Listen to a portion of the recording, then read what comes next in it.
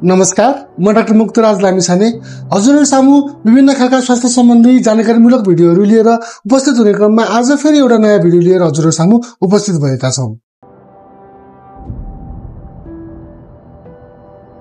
आजको भिडियो सामग्रीमा हजुरहरु सामु हामीले घरमा नै गर्न सकिने, घरमा नै ग्यास्ट्रिक तथा पेटका समस्याहरूलाई निर्मूल बनाउन सकिने 5 उपायहरूको बारेमा हजुरहरुलाई हामी जानकारी दिन गइरहेका छौं।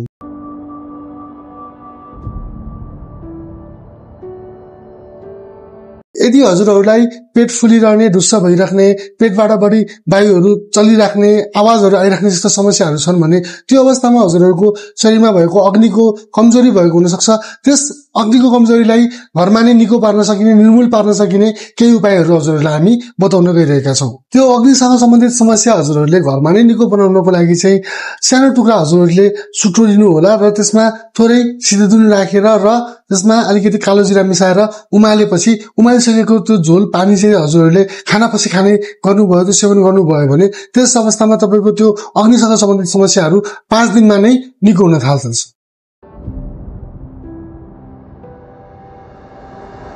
कतिपय पेटका रोगीहरूलाई चाहिँ चुकिलो पानी आउने, अमिलो पानी आउने, घाँटी पोल्ने, छाती पोल्ने जस्ता समस्याहरू देखा परिरहेका हुन्छन्। त्यो समस्याहरू प्रायजसो ऊर्ध्वगत अम्लपीडित अर्थात GERD भन्ने एउटा समस्या छ, त्यो समस्यामा देखिने गर्दछ।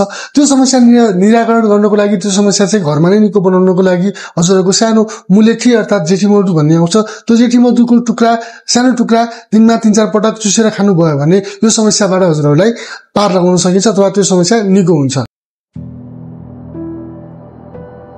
कब्जियत अर्थात दैनिक रूपमा टोयलेट नलाग्ने, दिशा नलाग्ने समस्या पेटका रोगीहरूको लागि मुख्य समस्या हो। त्यो समस्या हजुरहरुले घरमा नै निको बनाउनको लागि हजुरहरुले एउटा त्रिफला पाउडर भन्ने आउँछ, जो हर्ब र अमलाको मिश्रणबाट बनेको हुन्छ। त्यो त्रिफला पाउडर बेलुकाको समयमा, राति सुत्ने बेलामा मनतातो पानीमा 1 चम्चा घोलेर खानुभयो भने हजुरहरुको कब्जियतको समस्या घरमा नै निको हुन्छ।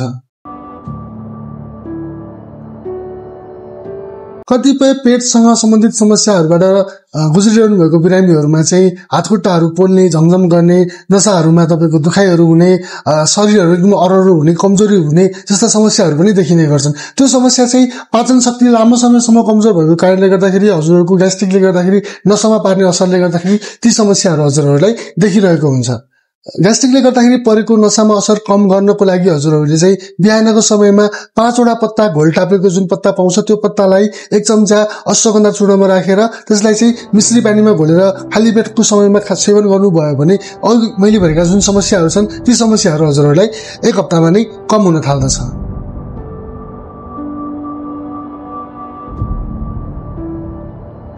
यदि हजुरहरुलाई चाहिँ पटक दिशा लाग्ने, पटक बाहिर जान मन लाग्ने, दिशामा मासीहरू, मिकोसहरू देखिने, पेटहरू दुख्ने, कटक्क काट्ने जस्तो समस्याहरू देखिरहेको छ भने त्यो समस्या चाहिँ आयुर्वेदमा वर्णन गरिएको एउटा ग्रहणी रोग भन्ने रोग छ, त्यो रोगको लक्षणहरू हुन्।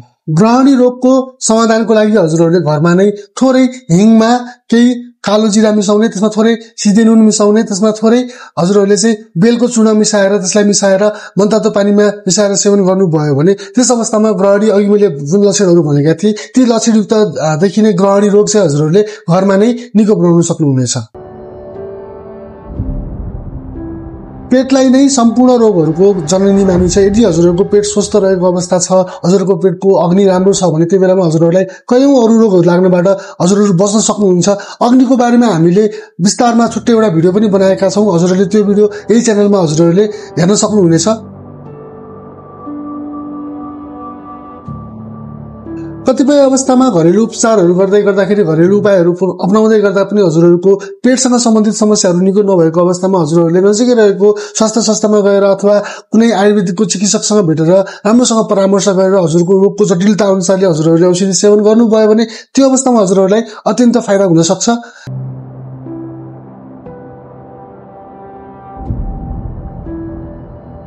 आजको हामीले हजुरहरुलाई घरमा नै पेटसँग सम्बन्धित समस्याहरू शान्त पार्नको लागि बताएको जानकारी दिएको भिडियो कस्तो लाग्यो? यससँग सम्बन्धित केही राय सल्लाह सुझावहरू हजुरहरुलाई छन् अथवा केही प्रश्नहरू सोध्न मन लागेको छ, केही जानकारीहरू हजुर थप चाहिएको छ भने हजुरहरुले कमेन्ट सेक्सनमा हामीलाई त्यो प्रश्नहरू राख्न सक्नुहुनेछ।